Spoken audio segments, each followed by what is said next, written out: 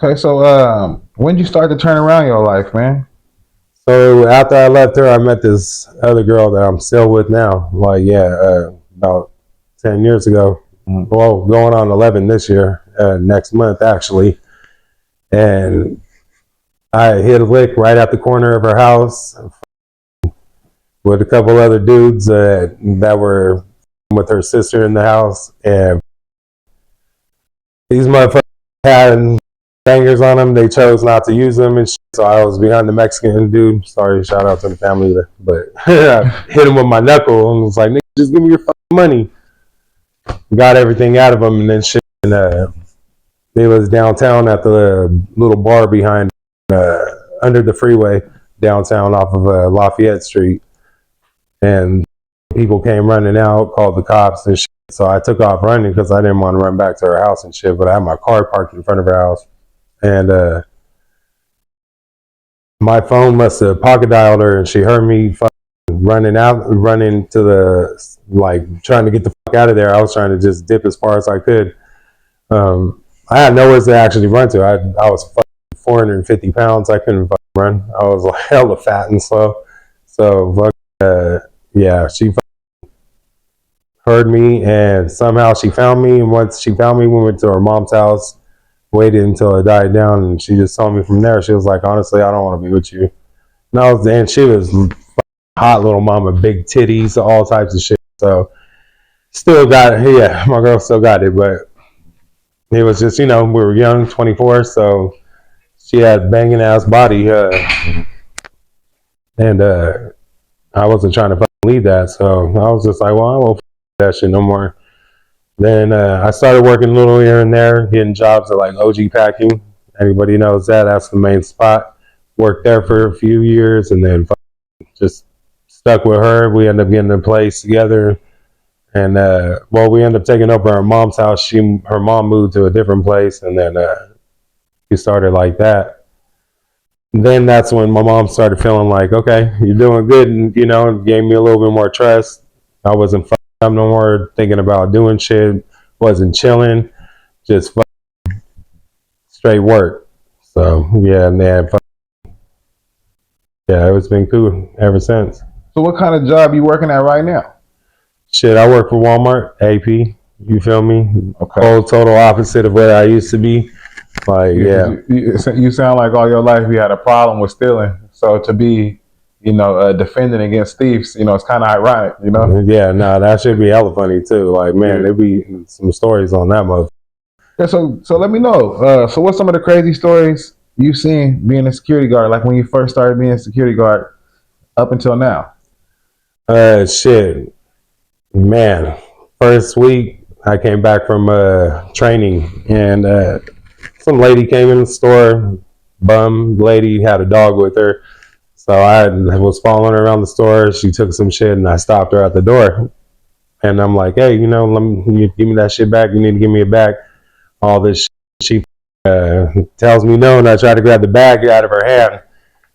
So she backs up, and the dog starts barking at me. I'm like, whatever, I ain't afraid of the dog or nothing. But I tell her again, and she's like, you did it, and she pulls out pepper spray. I didn't see the pepper spray, and she got me right in my face. Bam! I'm fucking blind, like, oh, fuck in the store. I didn't give a fuck. It was like 11 o'clock at night, so the store was closing, but I was talking hella shit to her, and she goes out in the parking lot, and I'm fucking trying to follow her out there, like, I'm gonna run you over. And some lady in the parking lot, I'll never forget, she was like, oh, hell no, I'm calling the cops on you, and I had to go walk over there, ma'am. I played it off too. I was like, ma'am, do you have water? Because I can't see. She pepper sprayed me, and I was just trying to stop her from stealing. And she was like, oh, she's trying to stop you? I'm going to run her ass over right now. And I was just like, yeah. So that was the first one. And then, yeah, it just got crazier and crazier. I already had a knife pulled on me a couple times. Someone pulled out a gun one time, pulled the trigger, and that shit like must have jammed, and he had it pointed like right at my chest. So that shit sucked. And then I had a dude try to chase me in the store with a machete, like some crazy ass, like got jumped a couple times.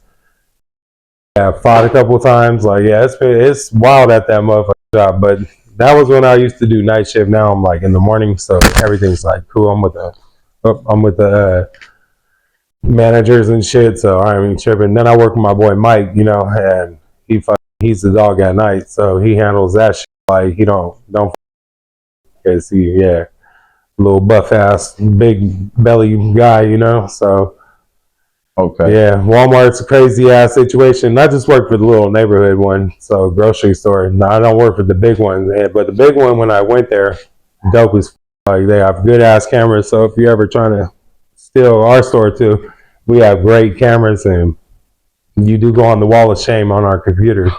And I seen a couple foods a couple times, like you know, like damn, you over here got caught trying to steal at the register. Yeah, yeah. But yeah, otherwise it's cool. Yeah, it's a good job.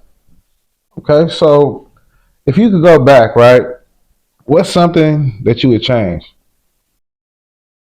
Shit, I would graduate for sure, and that would be my number one thing.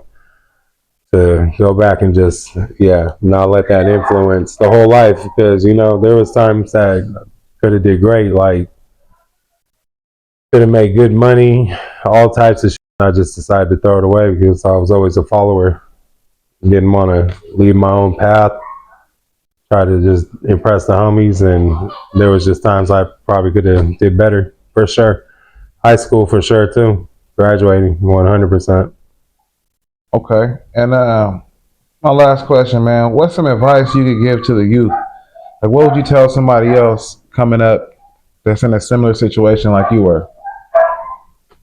Just do positive. My son is about to be 18.